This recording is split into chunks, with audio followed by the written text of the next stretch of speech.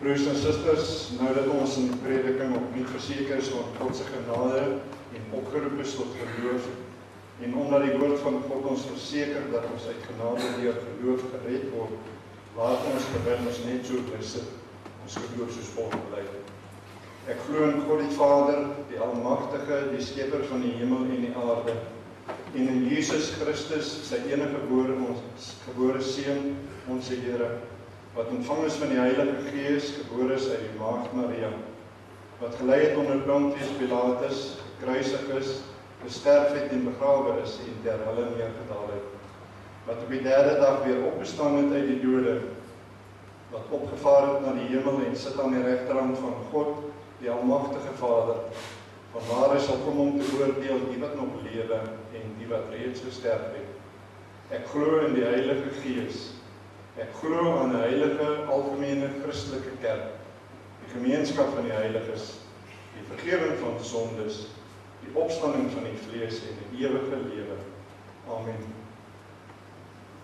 Gemeente, ons het nou ons geloof bely. Kom ons gaan leef ook nou uit dankbaarheid hierdie geloof in die wêreld daar buite. Kom ons luister aandagtig uit Deuteronomium 5 hoe ons dit moet doen. Die Here het gesê, ek is die Here jou God wat jou uit Egipte, uit die plek van slawerny bevry het. Jy mag naas my geen ander gode hê nie. Jy mag nie vir jou beeld of enige afbeelding maak van wat in die hemel daarbo, of op die aarde hieronder, of in die waters onder die aarde is nie. Jy mag hulle nie vereer of dien nie, want ek is die Here jou God, hy is onverdeelde trou aan my. Ek reken kinders die sondes van hulle vaders toe, selfs tot in die derde en vierde geslag van die wat my haat, maar ek betoon my liefde tot aan die 1000ste geslag van die wat my lief het en my gebooie gehoorsaam. Jy mag die naam van die Here jou God nie misbruik nie, want die Here sal die een wat sy naam misbruik, nie ongestraf laat bly nie.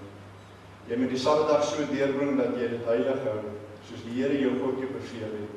6 dae moet jy werk doen en alles wat jy moet, maar die 7de dag is die Sabbat van die Here jou God. Dan mag jy geen werk doen nie. Nie jy of jou seun of jou dogter of jou man of vrou wat vir jou werk, of jou bees of jou donkie of enige dier van jou, of die vreemdeling by jou, sodat jou werksmense kan rus soos jy. Jy moet daaraan dink dat jy in Egipte 'n slaaf was en dat die Here jou God deur sy groot krag en met magtige dade daaruit bevry het. Daarom het die Here jou God jou beveel om die Sabbatdag te onderhou.